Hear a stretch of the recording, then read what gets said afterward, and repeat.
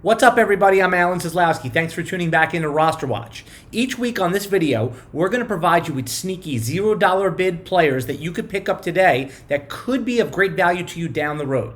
The idea is to identify players that have a plausible path to be the high-priced free agents in the coming weeks. The bottom of your fantasy roster should always be used to cycle through high-upside pickups that can easily be cut for another player.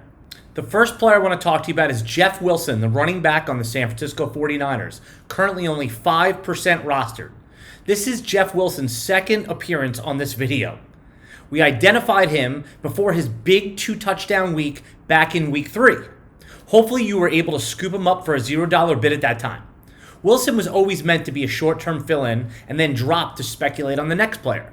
In Week 6, lead running back of the San Francisco 49ers, Raheem Mostert, was injured and subsequently put on IR. He'll presumably be out for the next 3 to 4 weeks. Most of the teams in your league are going to make efforts to roster JaMycal Hasty, who was heavily involved in the game once Mostert left.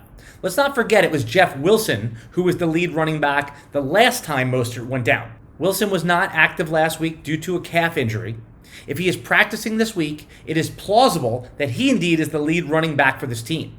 You should absolutely try to go get JaMycal Hasty and, of course, Jerick McKinnon if he's out there on your waiver wire. But if you can't, Jeff Wilson is likely to be available for a $0 bid. And if news breaks this week that Wilson is not injured and the team proclaims him the starter, you have a starting running back for a $0 bid. The second player I want to talk to you about is Gus Edwards, the running back on the Baltimore Ravens. Only 3% rostered. Now, let me preface this by saying that Gus Edwards and the Baltimore Ravens are on a bye this week, so it might be tough to roster him.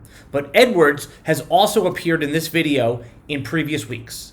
When we recommended Gus Edwards previously as a $0 player, he was nothing more than a blindfolded dart throw at best. He's become more interesting after Week 6.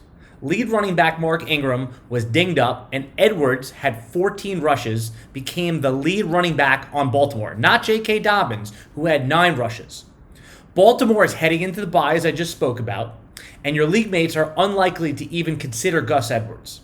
If you have a spot on your roster, Gus Edwards could come out of the bye week as the starting running back on the Baltimore Ravens.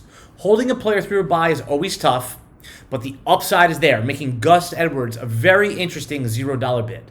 The last player I'd like to talk to you about is Albert Okoro, a.k.a. Alberto, the rookie tight end on the Denver Broncos. He is 0% rostered, so he's available in your redraft league. Now, to be clear, RosterWatch would prefer to have players like Darren Fells, Irv Smith, and of course Dallas Goedert if he was dropped in your league. Those players are likely to have more of an impact and immediate value for your team. However, the tight end market has been extremely tough to navigate, and so many tight ends have disappointed for fantasy this year. Alberto was quarterback Drew Lock's college teammate back in Missouri and was one of his favorite red zone targets. That was on display in Week 6 as Alberto tied for the team lead in targets with 6 and saw 4 of those in the end zone. Should Noah Fant sit another week, Alberto would likely get another shot at fantasy relevant playing time. He makes for an interesting $0 bid in a tight end depleted market. Okay, RosterWatch Nation, that's it for today. Remember to like and subscribe to get notifications when we go live, and leave us a comment in the video. We will comment back. Until next time, goodbye.